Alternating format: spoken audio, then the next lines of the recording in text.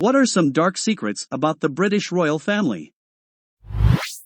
Perhaps the Windsor's darkest secret involves the uncle of Queen Elizabeth II whom she never met. At the age of 13, the young prince known simply as Prince John of the United Kingdom, died from a severe seizure. Born as the sixth child of King George V and Queen Mary, he had his first seizure at age 4. Then he was moved to a separate estate and not allowed to appear in public. He may have suffered also from developmental disabilities or other physical impairments in conjunction with epilepsy. This is hard to diagnose with historical accuracy because of the secrecy surrounding his illness.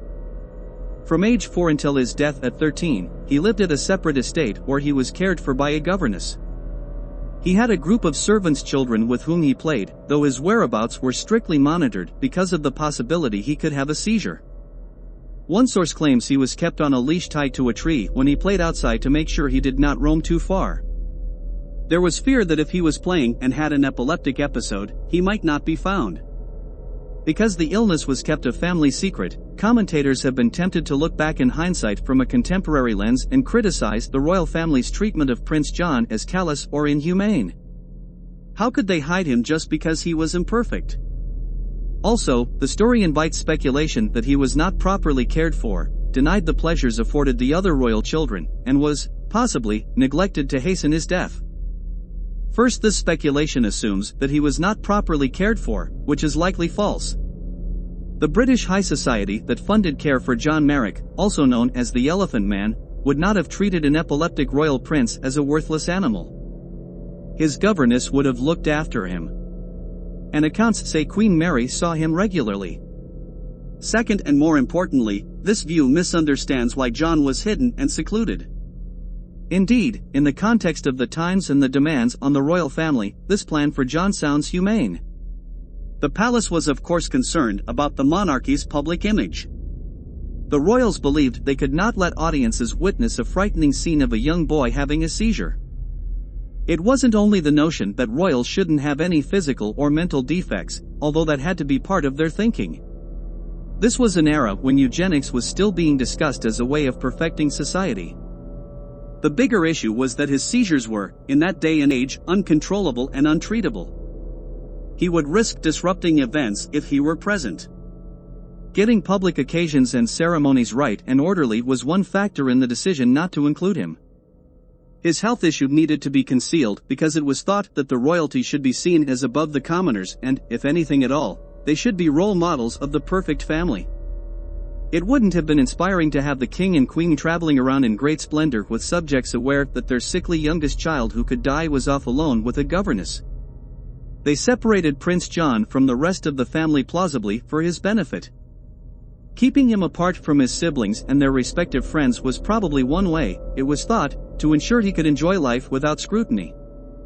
He likely had some cognitive and/or sensory disabilities, and it was not thought appropriate to make him an object of ridicule. While well-intended, the truth appears to be that his separation from the family was at least partly the fault of the morality of the era that stigmatized illness and disability. However, there might be yet another reason. Queen Mary and courtiers could also have concluded that the king, who plausibly suffered from what some historians speculate was either Asperger's syndrome or obsessive-compulsive disorder, would not have adapted well to the changes needed for John to live with them. Various biographers have concurred that King George V did not ever want to part from his strict daily routine, which included keeping his queen and the royal family all living in the smaller quarters he grew up in as a child rather than moving into the big palace. Keep in mind, however, that John was for the first 4 years of life the healthy baby of the family. The youngest child in a large brood commonly receives greater attention and sometimes also greater leeway than his elder siblings do from parents. This can elicit jealousy in some older siblings. I note this in order to argue that the harsh attitude of the young Windsor prince expressed in that letter, if the purported quote is reputable, does not likely reflect the emotions that the king and queen had about their unfortunate son. Reports and discussions of Prince John's life are laden with speculation. This is because secrecy was the motif of his brief life story. The Windsors made every effort to keep his health condition hidden, having him appear in most family portraits but otherwise keeping him out of sight. This is why this story is shadowy by its nature. Shadowy does not necessarily mean sinister, but the short, secluded life of Prince John is not something the royal family has to date publicly addressed. In the past, the royal family is marked by incest. Even today, Elizabeth II and her husband Philip are third cousins. Many would dub this as not being closely related, but it's still a hell of a lot closer than the average couple. The practice of keeping it in the family has been a long-standing tradition of the family for centuries. Meghan Markle was a sex escort before marrying Prince Harry. I can't believe no one has brought this up before now. I thought it would be trending on Twitter the moment they got engaged, and even though quite a few people know about this, most of the general population don't. The only reason why I think most of the public doesn't know about Markle's past is that the royal family must have paid a small fortune to get her co-worker escorts to sign massive NDAs to get them not to talk, and most magazines are too scared of lawsuits to publish anything about it.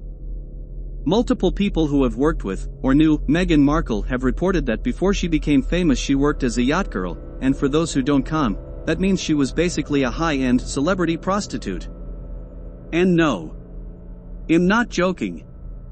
You can hear it straight from one of her former co-workers who worked with her. His name is Christopher Jones and he is on Quora as well. If you Google the pornographic pictures, you used to be able to find them, but not anymore. It's all been scrubbed, which must have cost a fortune. After they got engaged, poof, they were all gone. And I doubt it's just coincidence. But Meghan being a yacht girl is different.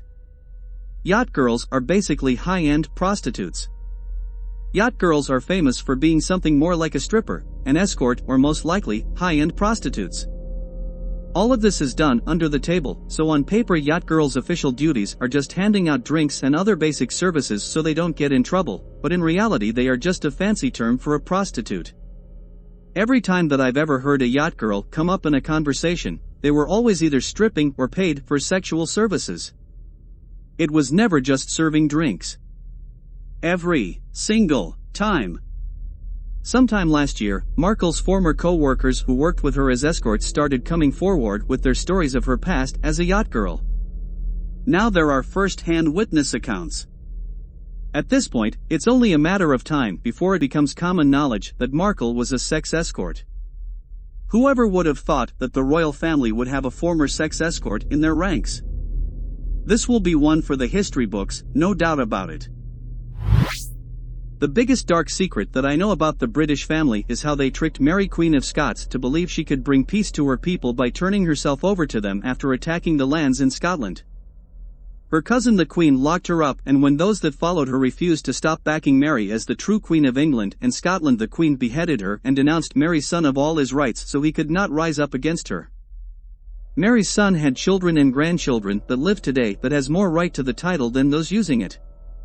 As do the descendants of Sarah, Queen of France. The royal family that use the title are from the Germany family, and are filled with a lot of dark secrets, just like the one they hide about Diana's death. I've got one. And it's not even a secret, really. But it's not well known. Might even be dark. The story was part of a documentary that was on Netflix a few years ago about Princess Diana. I am certainly not a royal historian, this is only an as seen on TV kind of thing, and might even be fake news after the fact. But it's an interesting story. Diana's boyfriend at the time of the fatal crash in Paris, who was in the car and died also, Dodi Fayed, was actually more of a friend, the kind of guy you hang out with when you can't be with the one you love, honey, so you love the one you're with. Yes, like Diana, he was terminally handsome and the beautiful couple looked as though the chemistry was flying. Diana's true love at that time was actually a doctor from Pakistan, who worked at one of the hospitals where Diana would regularly volunteer and do various pro bono projects. She and this doctor struck up a friendship, which soon developed into a romance. But he broke up with her right before Diana and the others were in Paris. He was a very prominent physician and well known for his surgical talent and abilities that went outside the envelope of simple, basic medical care. He was evidently an innovative genius and a medical rock star. He saw this as his calling, and his gifts were legion. He had dedicated his life to medicine. He was not the family doctor who leaves the office at 5 p.m. and takes in a film or a play, and then plays golf on the weekends. This is not to minimize the contributions of this kind of medical practice, which improves the quality of so many lives, but to Diana's boyfriend/man friend, medicine was his life. But as his affair with Diana progressed, and their feelings escalated, he realized that he could not marry her or be in her life permanently. Because being with Diana meant being in public life, and taking on the role of a royal, even as an in-law of an in-law, Diana, and it would negatively affect his medical career and his dedication to healthcare. He didn't see how he could be with her because of her huge public profile and could not allow the constant spotlight to divert his attention away from the practice of medicine. It wasn't because of vanity or because in some competitive way he couldn't share public life with Diana. It was more the opposite, the fact that his medical practice gave him the opportunity to improve the lives of many people, and he did not want to compromise his contributions. The night of the fatal crash, Diana was in her room awaiting logistics and instructions as to the best way for the 4 people to avoid the media and exit the hotel without being seen. I guess their strategy was to try and pick their slot when the fewest people were hanging around the hotel. Anyway, according to this documentary, just as Diana was exiting her hotel room, the phone rang. She didn't have time to answer because the window of media avoidance was limited and they had to act fast. It was her true love, the doc, calling to say he reconsidered his breakup with Diana and he'd like to try again. This was before smartphones, so you had to answer the phone or leave them hanging.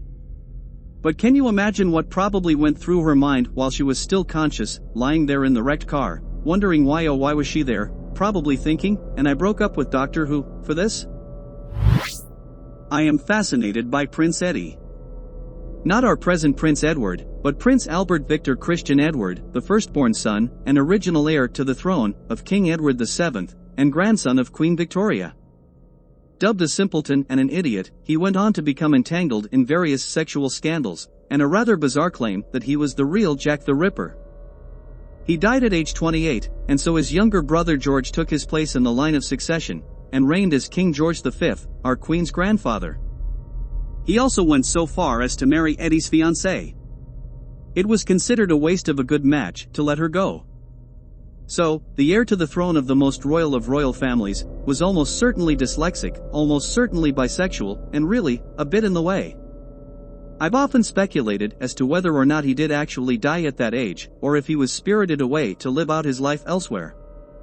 He's a fascinating chap, worshipped by his mother and sisters, and apparently ridiculed by everyone else. It's a very sad story all round. Oh, and don't expect Harry to be made Duke of Clarence and Avondale. Eddie was the last holder of that dukedom and it's considered unlucky.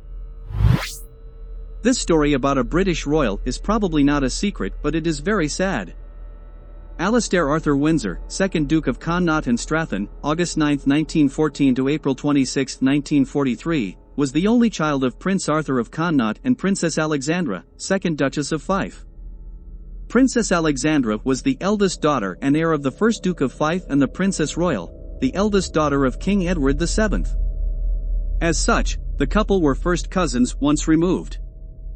Through his father, he was a great-grandson of Queen Victoria. When he was born, Alastair was 9th in the line of succession, behind the 6 children of George V, his grandmother and his mother. Through his mother, he was the great-great-grandson of Queen Victoria. In 1942, he became the second Duke of Connaught and Strathern and Earl of Sussex after inheriting his grandfather's title. The Duke died in 1943 at the age of 28 while on active service in Ottawa, Ontario, Canada, where he served as aide-de-camp to the Earl of Athlone, then Governor-General of Canada. The Duke was a relative of Earl of Athlone. The Duke served as a first lieutenant with the Royal Scots Greys, 2nd Dragoons, his father's regiment. The Duke's death was due to natural causes. He was found dead on the floor of his room at Rideau Hall on the morning of April 26, 1943. Reportedly, he died of hypothermia. Supposedly, his regiment and the Earl of Athlone had rejected him as incompetent. When drunk, the Duke, according to reports, fell out of a window and died of hypothermia overnight. His widowed mother must have been devastated by the senseless death of her only child. There are claims on some internet sites, which I cannot find in mainstream media, of a story that in Canada, when the Queen and Prince Philip were visiting a Catholic school for Native Americans, in 1962, 10 Native American children disappeared after attempting to petition the Queen about bad conditions in the school. The circumstances are very unclear. It is not clear whether the children disappeared or not. If they disappeared, it is not clear whether the children were murdered or not, and it is not clear whether the Queen or Prince Philip knew about the attempted petition and/or disappearance of the children or not.